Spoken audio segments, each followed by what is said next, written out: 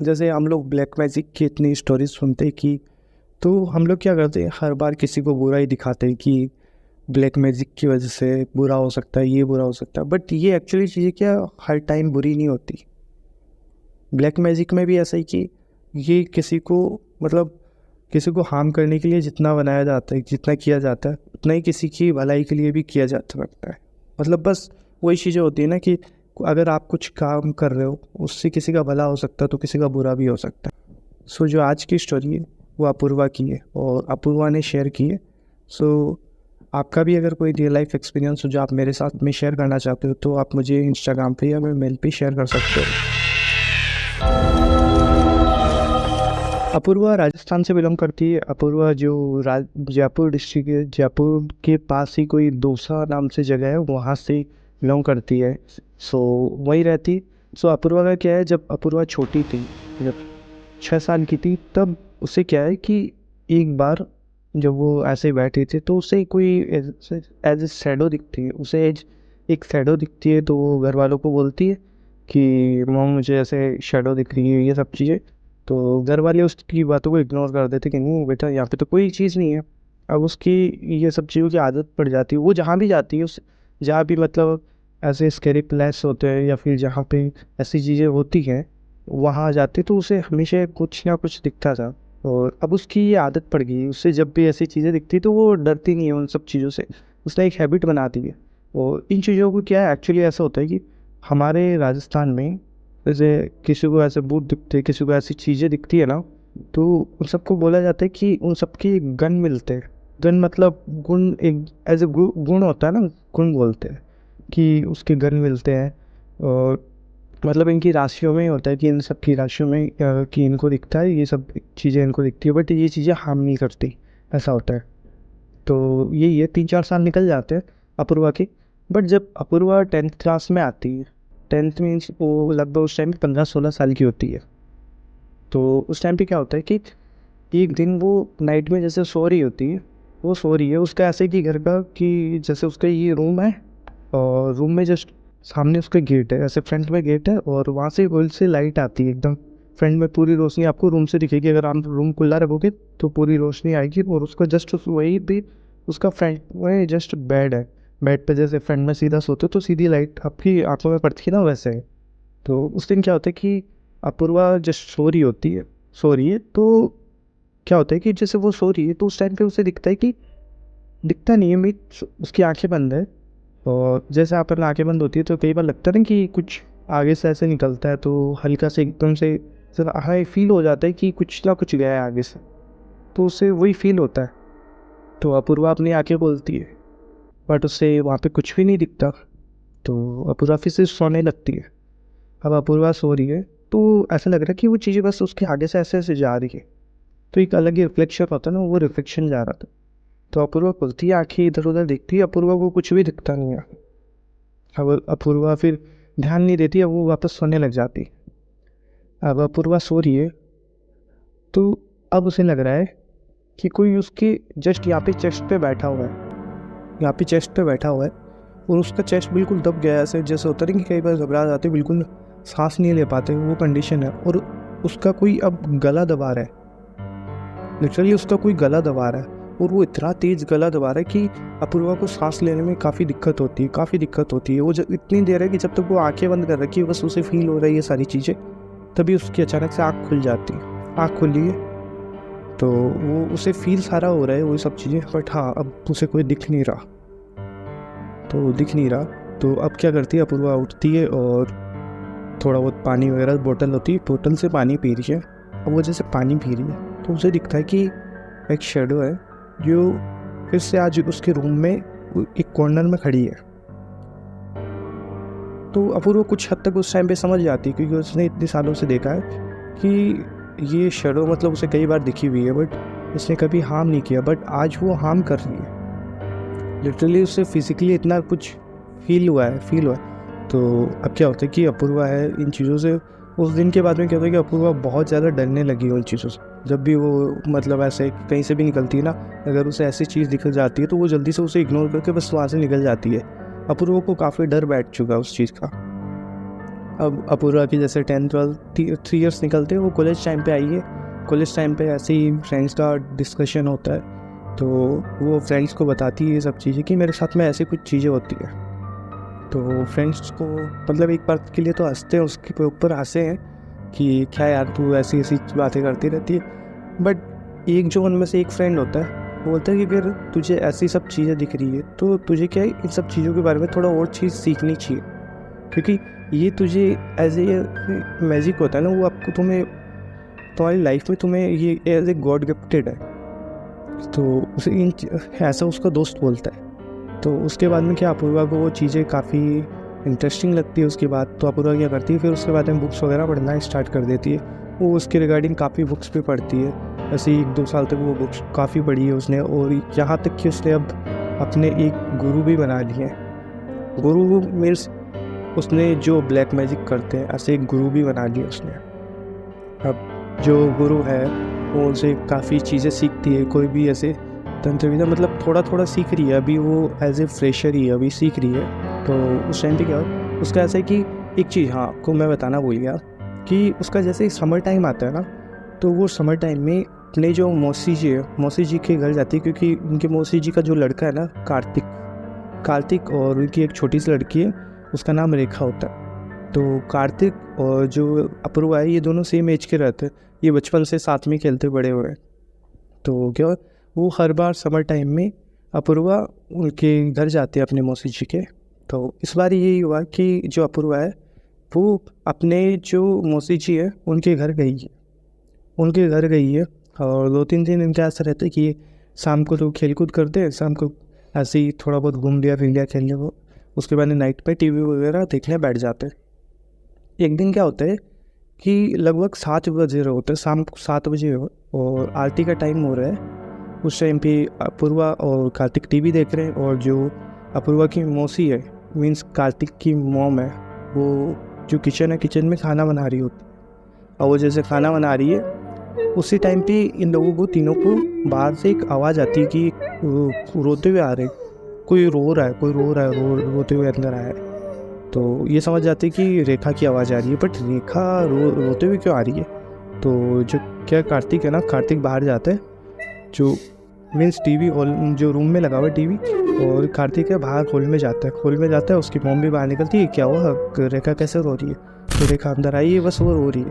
तो उसको जो कार्तिक है और जो उसकी मॉम है वो रेखा को कैसे चुप कराने की कोशिश कर रहे, बट जो रेखा वो चुप नहीं हो रही। तो जो कार्तिक है वो अपूर्वा को आवाज़ लगाता है, वो अपूर्वा को बोलता है कि अपूर्वा आना एक बार, ये रेखा चुप नहीं हो रही। जो अपूर्वा है वो उसकी बड़ी दीदी लगती है, ऐसे बड़ी दीदी है। तो उनकी क्या काफ़ी ख़ास है, क्योंकि वो जब भी अपूर्वा है मौसी के घर आती है तो उसके लिए हमेशा चॉकलेट्स लेके आती है, और मतलब काफ़ी लाड रखती है, क्योंकि छोटी है ना रेखा, इस वजह से। अपूर्वा बाहर आई, अपूर्वा देखती है कि इधर कार्तिक खड़ा है, इधर जो मौसी जी है वो खड़ी है, और बीच में रेखा खड़ी है। अब जैसे रेखा खड़ी है, इन तीनों के अलावा भी वहाँ पे एक शेडो खड़ी है। तो ये अपूर्वा समझ जाती है इस चीज़ को, अपूर्वा इस चीज़ को समझ गई है। तो अपूर्वा क्यों ऐसी चीज़ें दिख जाती है बट किसी को दिखती नहीं है, बट अपूर्वा किसी को बोलती नहीं है। अपूर्वा बस रेखा के पास जाती है, उसे बोलती है रेखा बेटा क्या हुआ, तुम्हारी दीदी आ गई, तुम्हारे लिए मैं टॉफ़ी लेके आऊँगी, अब चुप हो जाओ बेटा। बट जो रेखा है वो अब चुप नहीं हो रही। तो जो मौसी जी क्या करती है, उसको रेखा को लेके फिर अंदर रूम में ले जाती है, रूम में बैठाया उसे, और उसके लिए टॉफ़ी वगैरह काफ़ी चीज़ें रख देती है। अब अपूर्वा को काफ़ी अजीब लगता है कि वो जो शेडो है वो बस रेखा के पीछे पीछे जा रहा है, और उसने इस जो रेखा है उसकी यहाँ पे कंधे पे हाथ रख रखा है, वो उसके पीछे पीछे जा रही, और उसके बेडरूम में वहाँ पे चली गई है मौसी जी के बेडरूम में, क्योंकि जो रेखा है वो मौसी जी के पास ही सोती थी, तो वो साथ में गई। ये सब चीज़ें रेखा अपूर्वा जो देख रही है वो चीज़ें। अब अपूर्वा क्या अपने भाई को बोलती है कि मुझे, क्योंकि उसके भाई को पता होता है कि जो अपूर्वा है उसको सब चीज़ें दिखती हैं, तो कार्तिक को ये सारी चीज़ें बोलती कि मुझे ये सब चीज़ें दिखाई दे रही है। तो कार्तिक बोलता है तो फिर हम लोग क्या करें अब, क्योंकि बहन है, अब उससे इस हाल में तो छोड़ नहीं सकते। तो वो कार्तिक है जो अपूर्वा से बोलता है कि प्लीज़ यार तो कुछ कर, हमें कैसे भी करके बहन रेखा को हमें सही करना पड़ेगा, क्योंकि हम मम्मी वगैरह सब परेशान हो जाएंगे। तो मम्मी को ये बुलाते हैं कि उनको बुलाया, फिर उन्हें सारी चीज़ें बताते हैं। हम उन्हें सारी चीज़ें बताइए तो ये दोनों सहमत होते हैं। अब जो अपूर्वा बोलती है कि मैं एक विधि जानती हूँ, मतलब एक सिंस जानती हूँ जिससे ये चीज़ें थोड़ा दूर किया जा सकता है उससे, कि अपूर्वा एक बार के लिए ठीक हो जाएगी। बट मैं कंफर्म नहीं कहती क्योंकि ये मैं फ़र्स्ट टाइम ट्राई करूँगी, क्योंकि अपूर्वा ने बस ये सब चीज़ें जानती है, अपूर्वा ने कभी ट्राई नहीं किया। तो अपूर्वा क्या करती है, अपूर्वा बोलती है आप बस एक काम करना, जो रेखा है उसको उसके दोनों हाथ पकड़ लेना। तो यही होता है। अब क्या करते हैं कि जैसे अपूर्वा और ये तीनों रेखा के रूम में गए।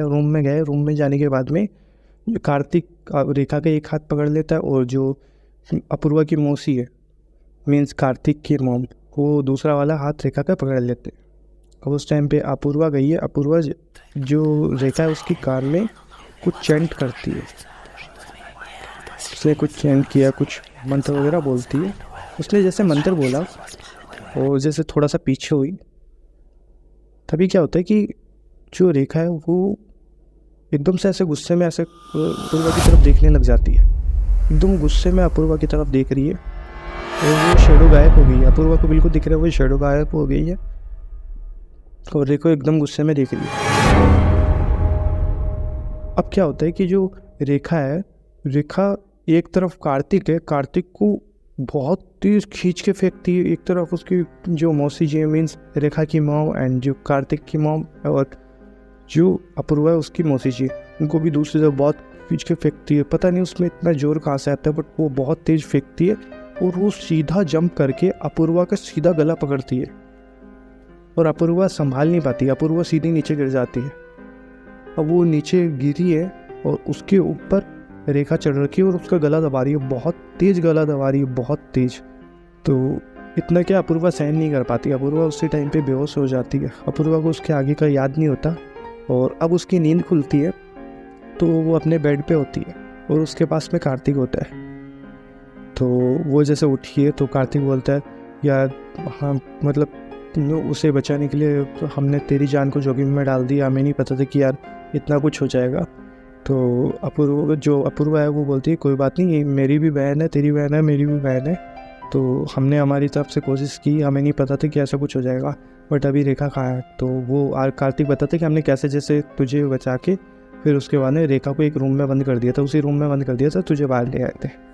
तो ये सारी चीज़ें अपूर्वा को कार्तिक बताता है। उसके बाद में क्या होता है, अपूर्वा बोलती है कि अब मेरे हाथ में कुछ भी नहीं है, मुझे अपने गुरुजी को बुलाना पड़ेगा। तो कार्तिक इस सब चीज़ों के लिए राज़ी हो जाता है, क्योंकि उसे पता है कि और कोई उनके पास में ऑप्शन नहीं होता। और जो गुरुजी वो ब्लैक मैजिक करते हैं, इन्हें पता होता है हर एक चीज़, बट कुछ कर नहीं सकते थे। तो उसके बाद में क्या होता है, अपूर्वा अपने गुरुजी को बुलाते हैं। उसके जो गुरुजी आए हैं अब, तो उसके गुरुजी के साथ में 2 लोग और आए, 2 लोग साथ में आए, ये तीनों आते हैं। अब गुरुजी जैसे हॉल में बीच में खड़े हैं, और वो दोनों लोग क्या करते हैं, उनके हाथ में कुछ प्याला सा होता है जिसमें काफ़ी कोयले डाले हुए जल रहे होते हैं, उससे काफ़ी धुआं निकल रहा होता है, बहुत तेज़ धुआं निकल रहा हो। और अब वो दोनों लोग क्या है, पूरे घर में है ना, उस धुएँ को बस ऐसे किए जा रहे हैं कि पूरा घर में धुआं फैल जाए। ये सब उन्होंने किया है। अब वो पूछते हैं अपूर्वा से कि रेखा कहाँ पे है, तो अपूर्वा बताती है वो रूम के अंदर बंद है। तो जो गुरुजी है वो उसके अंदर रूम में जाते हैं, और इन सबको बोलते हैं कि आप सब बाहर रहना। और गुरुजी अकेले गए, और उनके साथ में उनके 2 लोग गए, ये अंदर गए। और अब क्या होता है, अब जो रेखा अपने बेड पे सो रही है, बिल्कुल सो रही है, और ये सारा नज़ारा अपूर्वा बाहर से देख रही है। अपूर्वा, कार्तिक और उसकी मौसी जी बाहर से देख रहे हैं, ये देख रहे हैं। तो जो गुरुजी क्या करते हैं, गुरुजी उन लोगों को, दोनों को अपने साथ में रहते हैं, उन सबको बोलते हैं कि आप इसके हाथ पकड़ो। अब उन्होंने इनका हाथ पकड़े, और गुरुजी उसके पास में जाते हैं, और जस्ट रेखा के यहाँ पे हाथ ऐसे मतलब हाथ रखते हैं और कुछ चेंट करते हैं। उसके बाद में वो उड़ जाते हैं। फिर अब क्या करते हैं, जो गुरुजी है वो उन दोनों को बोलते हैं कि मैं एक गोला बना रहा हूँ, इस गोले में रेखा को बैठाओ। तो वही होता है, गुरुजी एक गोला बनाते हैं, उसमें रेखा को बिठाया जाता है। रेखा को बिठाया है, उसके बाद में ये तीनों एक साइड में खुद को एक दूसरे के हाथ पकड़ के ऐसे ट्रायंगल बना रखा है, और कुछ मंत्र बोले जा रहे हैं। वो देखने में इतना भयानक लगता है, इतने मतलब ऐसी चीज़ें देख रहे हैं ना कि पूरा ब्लैक मैजिक अपने सामने होते हुए अपूर्वा देख रही है, जो उसने सिर्फ क्रिया वगैरह पढ़ी ही थी। और कार्तिक और जो उसकी मॉम है, उसने तो आज तक में उन लोगों ने तो कभी देखा भी नहीं था कि ऐसा कुछ भी होता है। तो अब क्या होता है कि जैसे ये सब कुछ हो रहा है, तभी एकदम से रेखा उड़ जाती है। रेखा उठी है, रेखा काफ़ी गुस्से में, और अब जो रेखा की आवाज़ बिल्कुल बदल चुकी है। तो गुरुजी उस टाइम पे पूछते हो, रेखा से पूछते हैं कि तू कौन है, तू इस लड़की को कैसे हार्म कर रही है, इस लड़की ने तेरा क्या बिगाड़ा है। तो जो आत्मा होती है उसकी आवाज़ बिल्कुल बदलती है, वो अलग आवाज़ में बात करती है। मैं किसी को नहीं छोड़ूंगी, मैं सबको मार दूंगी, मैं सबको मार दूंगी। तो गुरुजी है, गुरुजी बोलते हैं कि तू मेरे होते हुए किसी का कुछ नहीं बिगाड़ सकती, तू बस ये बता तूने ऐसा क्यों किया। तो जो आत्मा है, आत्मा बोलती है कि मुझे मोक्ष नहीं मिल रहा, मुझे मोक्ष चाहिए। क्योंकि उस पता नहीं उस लेडी को कैसे मोक्ष चाहिए, क्योंकि गुरुजी को भी नहीं पता होता, गुरुजी और उसके आगे कुछ बताती भी नहीं है। तो गुरुजी बोलते कि तुझे बता कैसे मोक्ष दिलाएगा। तो बोलते कि मुझे सबको मारना है। तो ये बात होती है, तो गुरुजी बोलते ये तो पॉसिबल है नहीं कि हम लोग ऐसा तो बिल्कुल भी नहीं कर सकते। बट वो जो आत्मा है वो मानना नहीं चाह रही, वो बोल रही कि मैं सबको मारूंगी, मैं सबको मारूंगी, तुम कुछ नहीं बिगाड़ पाओगे। तो गुरुजी क्या करते, गुरुजी अपनी तरफ से एक बोतल निकालते, जिस बोतल में होली वाटर है या फिर जो भी वाटर है वो उस पर डालते हैं। वो एक बहुत तेज़ डाला है उन्होंने, जैसे डाला है तो वो लिटरली देख रहे कि वो जो रेखा है, रेखा बहुत भयंकर चिल्ला रही है, बहुत भयंकर, उसकी आवाज़ बिल्कुल चेंज हो गई, बहुत भयंकर चिल्ला रही है।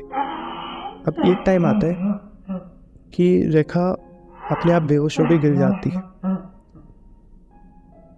तो उस टाइम पे क्या हुआ, जैसे वो बेहोश होकर गिरी है, तो गुरुजी है, गुरुजी ने अपनी तरफ से एक मटका निकाला है, मटका निकाला है, और पता नहीं उसमें कुछ तो मंत्र बोला है, कुछ तो ऐसे मतलब अपना हाथ बंद करके कुछ ना कुछ तो मंत्र बोले, और जो वो उन्होंने मटका निकाला उसमें ऐसे डाल के और उसको बांध देते, एक काले कपड़े से बांध देते हैं, और वो अपने पास में उसको रख लेते हैं। उसके बाद में जो रेखा है, रेखा को उठा के वापस बेड पे सुलाया जाता है। अब गुरुजी जैसे बाहर आए, गुरुजी बाहर आए तो गुरुजी से अपूर्वा पूछती है गुरुजी क्या हुआ, कि ये सब कैसा हुआ, और अब रेखा ठीक है नहीं है। तो सभी काफ़ी टेंशन में। तो जो गुरुजी बताते कि जो इस पे आत्मा थी वो इस घर को हार्म करना चाहती थी, वो मतलब उसका ऐसा नहीं था कि उसे कुछ चाहिए था, बस उसे सभी को मारना था और उसी से उसको मोक्ष मिलने वाला था। उसका कोई रीज़न नहीं पता कि वो क्या चाहती है, कुछ नहीं पता, बस वो मारना चाहती है। तो इतना भयानक सभी सुनते कि ऐसा कैसे हो सकता है, और वो हमारी पीछे कैसे पड़ी हुई है। तो गुरुजी बताते हैं कि ये आत्मा बाहर से आई है, मतलब आप लोगों ने मतलब ऐसा कुछ आपने किया है जिसकी वजह से ये सब हुआ है। तो तभी उसी टाइम पे जो कार्तिक की मॉम है, मीन्स अपूर्वा की जो मौसी जी है, वो एकदम से बोलती है कि बाहर से आई है मीन्स, तो अचानक से उन्हें एक चीज़ दिमाग में आती है कि दूध। वो क्या करते कि जो मौसी जी है, हमेशा क्या है अपूर्वा के जो हमेशा का क्या सीन है कि जो कार्तिक है हमेशा वही दूध लेने के लिए हमेशा शाम को जाता था, हमेशा 6-7 बजे वो जाता था, क्योंकि वो बड़ा है तो वो लाने में कोई दिक्कत नहीं होती। बट हमारे क्या होता है कि राजस्थान गाँव में क्या होता है कि शाम के टाइम पे जैसे आरती होती है ना, उस टाइम पे कभी भी कोई दूध वगैरह लाना ये सब चीज़ें अलाउ नहीं करता कि आरती के बाद में आप दूध लेके आओ। अगर दूध लेके आते तो उसमें नमक, ऊपर नमक डाल के फिर लेके आते। तो ऐसा होता है।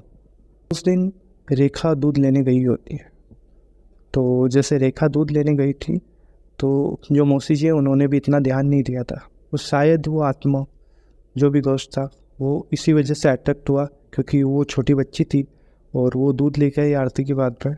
तो ये उसी के बाद में ये सब होना स्टार्ट हुआ, तो सभी समझ जाते हैं।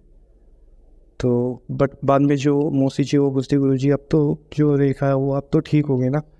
तो जो गुरुजी बोलते हैं कि हाँ अब कोई बड़ी बात नहीं है, अब सब कुछ ठीक है, अब उसको वो अब मुक्त है, अब कोई प्रॉब्लम नहीं है, वो आत्मा मेरे पास में, और अब वो आपको हार्म नहीं करेगी।